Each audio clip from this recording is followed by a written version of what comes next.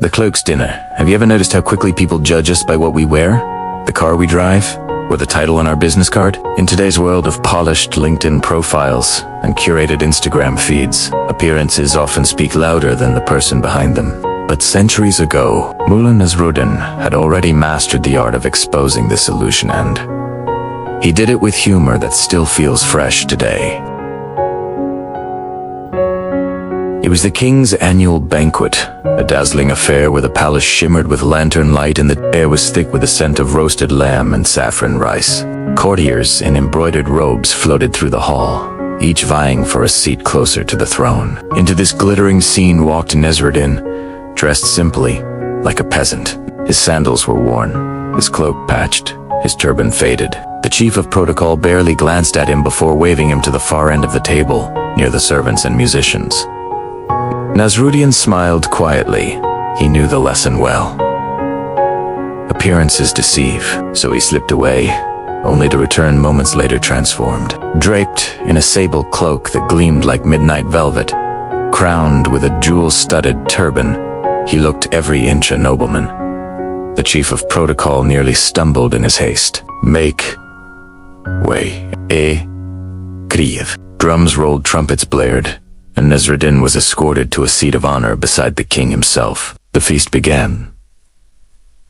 Platters of delicacies arrived, steaming and fragrant. But instead of eating, Nasruddin scooped handfuls of rice and meat and rubbed them into his cloak and turban. Oil dripped down the sable, saffron stained the jewels, and the courtiers gasped in disbelief. The king, amused, leaned forward. "Your Excellency," he said, "I'm eager to learn the customs of your province. What is this ritual of feeding one's garments?" Nasruddin chuckled, eyes twinkling. "Majesty, when I came dressed as a poor man, I was seated at the end of the hall. But when I wore this cloak and turban, I was treated like royalty.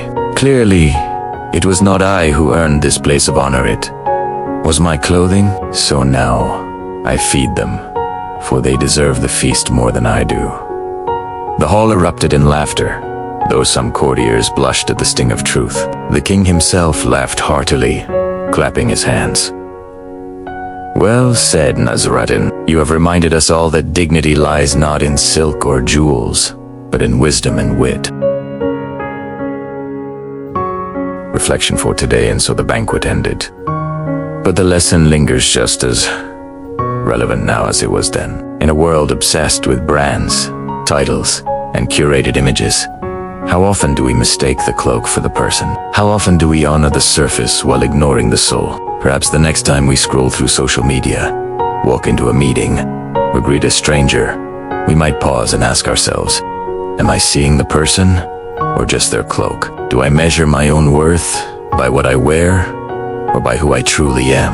What would it look like to honor wisdom, kindness, and authenticity above appearances? The answers may not come quickly, but the questions themselves are a gentle invitation to live more awake, more compassionate, and more free.